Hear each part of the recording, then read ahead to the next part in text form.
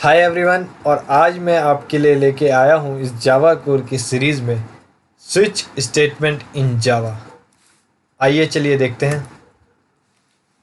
तो switch statement है क्या, थोड़ा हम इसको समझ लेते हैं। आपने इफ़ एल्स में मेरी वीडियोस में इफ़ एल्स की वीडियोस में आपने लैडर इफ़ एल्स देखा होगा। तो ये जस्ट उसी के सिमिलर काम करता है। देखिए कैसे।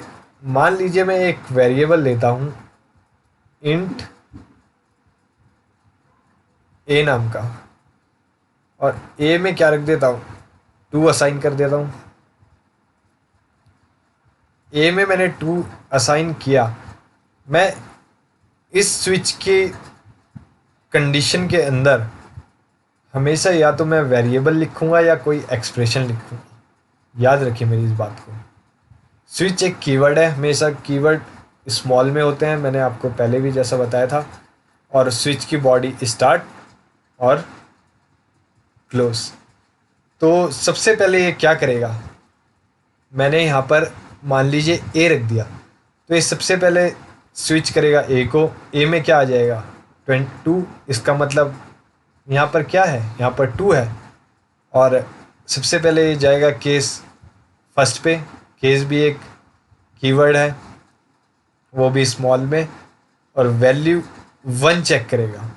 अगर वैल्यू 1 हो जाती है तो यहाँ पर हम अपना कुछ कोड लिख सकते हैं। मान लीजिए हमें कुछ 1 पे कुछ कोड लिखना हो तो यहाँ पर हम अपना कोड लिख सकते हैं। और अगर ये 1 से मैच ना हो तो मैं इसके लिए क्या लिखूँगा, ब्रेक। अगर 1 से मैच हो गया तो कोड एग्जीक्यूट हो जाएगा, कुछ करने की ज़रूरत नहीं। अगर मैच नहीं हुआ तो ये आ जाएगा ब्रेक पर, और ब्रेक से फिर दूसरी स्टेटमेंट पे। अगर ये मैच हुआ तो ठीक है, वरना ये क्या करेगा, ब्रेक। ब्रेक से डिफ़ॉल्ट। यानी अगर ये दोनों भी मैच नहीं हुई तो हमारा कौन सा ब्लॉक चलेगा, हमारा चलेगा डिफ़ॉल्ट ब्लॉक। अब आप समझ रहे होंगे कि ये स्विच केस कैसे लैडर इफ एल्स जैसा है। अगर आपने मेरा लैडर इफ एल्स वाली वीडियो नहीं देखी तो उसको देखना ना भूलें, मैंने उसका लिंक डिस्क्रिप्शन में दे दिया है। इफ एल्स के अंदर ही आपको लैडर इफ एल्स देखने को मिलेगा। तो अब आप समझ रहे होंगे कि ये स्विच स्टेटमेंट आखिर में है क्या। वहाँ पर हम एल्स लिखते थे, यहाँ पर हम ब्रेक लिख रहे हैं। और फिर कंडीशन लिखते थे एल्स के बाद इफ़, और फिर हम अपना लास्ट में एल्स लिखते थे। यहाँ पर ऐसा ज़रूरी नहीं है कि यहाँ पर 2 ही कंडीशन हो। हमारे पास बहुत सारी ऐसी कंडीशन हो सकती है। मान लीजिए मैं केस कर देता हूँ value 3, case value 4, case value 5, कितना ही भी मैं कर सकता हूँ। और मैं ज़रूरी नहीं है यहाँ पर 1 लिखूँ, यहाँ पर मैं कैरेक्टर भी यूज़ कर सकता हूँ। और भी बहुत कुछ चीज़ें मैं यहाँ पर यूज़ कर सकता हूँ। तो आइए थोड़ा इसको एग्जाम्पल के ज़रिए समझने की कोशिश करते हैं कि ये एक्चुअल में है क्या। तो मैं अपना note pad plus plus open कर लेता हूँ। मैंने यहाँ पर पहले से ही एक फ़ाइल बनाई है एग्जाम्पल डॉट जावा के नाम से। तो मैं अपनी क्लास बना लेता हूँ एक। क्लास में मैं अपना मेन फंक्शन बना लेता हूँ।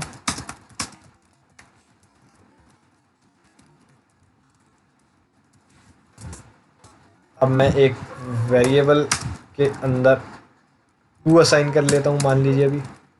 और मैं क्या कराता हूँ, स्विच एक कीवर्ड है, हमेशा स्मॉल में हो।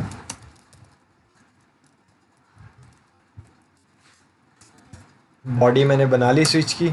अब मैं स्विच करा देता हूँ यहाँ पर ए, और मैं केस में लिख देता हूँ 1, और केस की बॉडी स्टार्ट। अगर केस में 1 है तो मुझे कुछ मान लीजिए मैं प्रिंट करा दूँ। ज़रूरी नहीं है मैं प्रिंट कराऊँगा, मैं यहाँ पर कुछ कोड भी लिख सकता हूँ आने वाले टाइम पे। जैसे ही मेरे को रिक्वायरमेंट होगी मैं वैसा काम करूँगा। और मैं यहाँ पर इसको ब्रेक करा लेता हूँ, और मैं यहाँ पर लिख देता हूँ संडे। मान लीजिए मुझे अगर कोई बंदा संडे 1 क्लिक करे तो क्या हो, संडे शो हो जाए।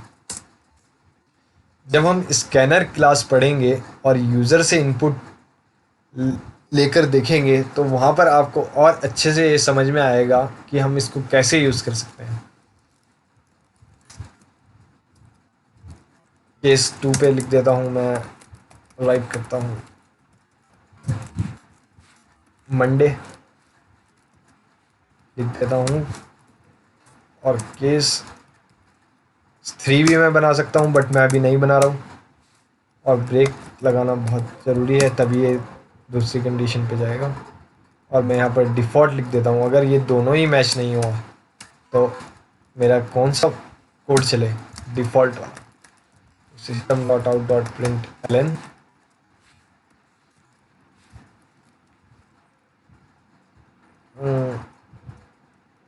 ट्यूसडे ट्यूसडे नहीं, मैं यहाँ लिखता हूँ समथिंग वेंट रॉन्ग।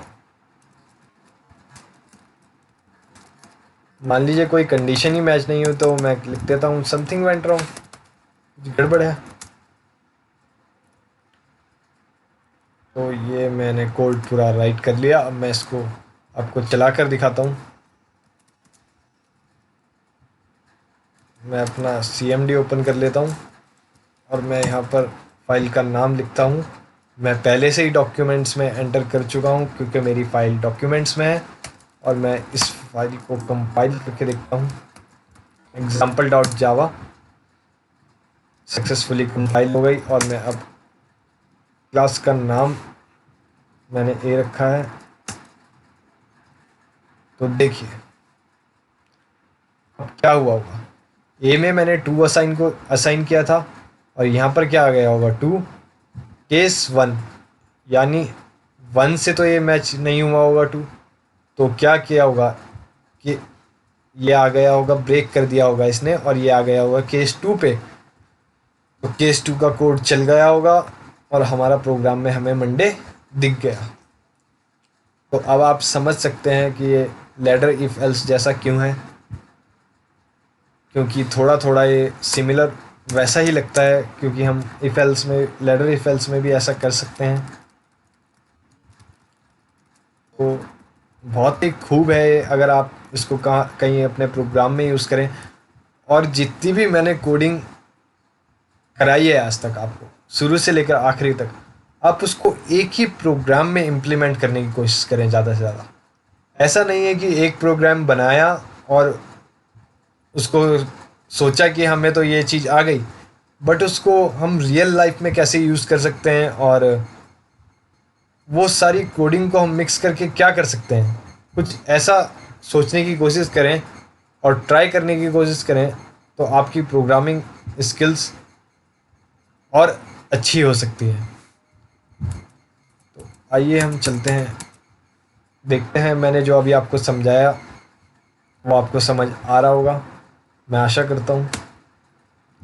ये मैंने इसका पूरा एक चार्ट बनाया है आपके लिए, आप इसको देखकर समझ सकते हैं कि पहले एक्सप्रेशन अगर मैच हो जाए तो स्टेटमेंट चलेगा, अगर अनमैच्ड है तो केस 2 पर ले जाएगा हमें, अगर मैच कर जाए तो स्टेटमेंट 2 चलेगा, अगर नहीं है तो केस 3 पे ले आए, और हम n टाइम्स तक जा सकते हैं, कितने भी केस हो सकते हैं।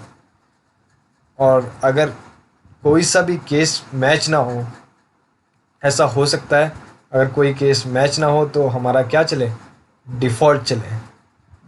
शायद मैंने आपको डिफ़ॉल्ट चलाकर नहीं दिखाया, तो मैं एक बार आपको डिफ़ॉल्ट भी चलाकर दिखा देता हूँ। मैं इसकी वैल्यू कर देता हूँ ए की 4, और 1 2 से अब ये मैच होने नहीं वाला, और 3 4 हमारे पास है नहीं। तो अब मैं अपना कमांड प्रॉम्प्ट ओपन कर लेता हूँ और इसको दोबारा कंपाइल करता हूँ, देन रन। तो देखिए हमारा डिफ़ॉल्ट पार्ट चल गया, समथिंग वेंट रॉन्ग, जैसा कि आप देख सकते हैं। तो अब आप समझ रहे होंगे कि स्विच स्टेटमेंट है क्या। और हाँ, बस स्विच केस स्टेटमेंट पे इतना ही। नेक्स्ट वीडियो में हम लूप्स देखने वाले हैं कि लूप्स क्या होते हैं और हम उसका यूज़ कैसे करते हैं। तो चैनल को सब्सक्राइब करना ना भूलें और वीडियो को शेयर ज़रूर करें। अगर आपको वीडियो पसंद आई तो इसको अपने फ्रेंड्स तक भी पहुंचाएं और बेल आइकन को ज़रूर प्रेस करें, तो आपको मेरी अपडेट्स मिलती रहेंगी। और वीडियो को लाइक ज़रूर करें, कमेंट करें। और जैसा कि मैंने आपको बोला था, मैं वेब डेवलपमेंट की सीरीज़ भी ला रहा हूँ।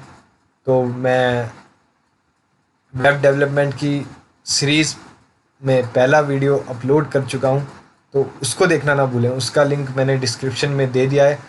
वहाँ पर मैंने बताया है कि हम क्या क्या यूज़ करेंगे वेब डेवलपमेंट के लिए, तो उसको देखना बिल्कुल ना भूलें अगर आप वेब डेवलपमेंट में इंटरेस्टेड हैं तो। अगर नहीं है तो अपने फ्रेंड्स को शेयर करें वो वीडियो, ताकि वो वेब डेवलपमेंट सीख पाएँ। Thank you so much.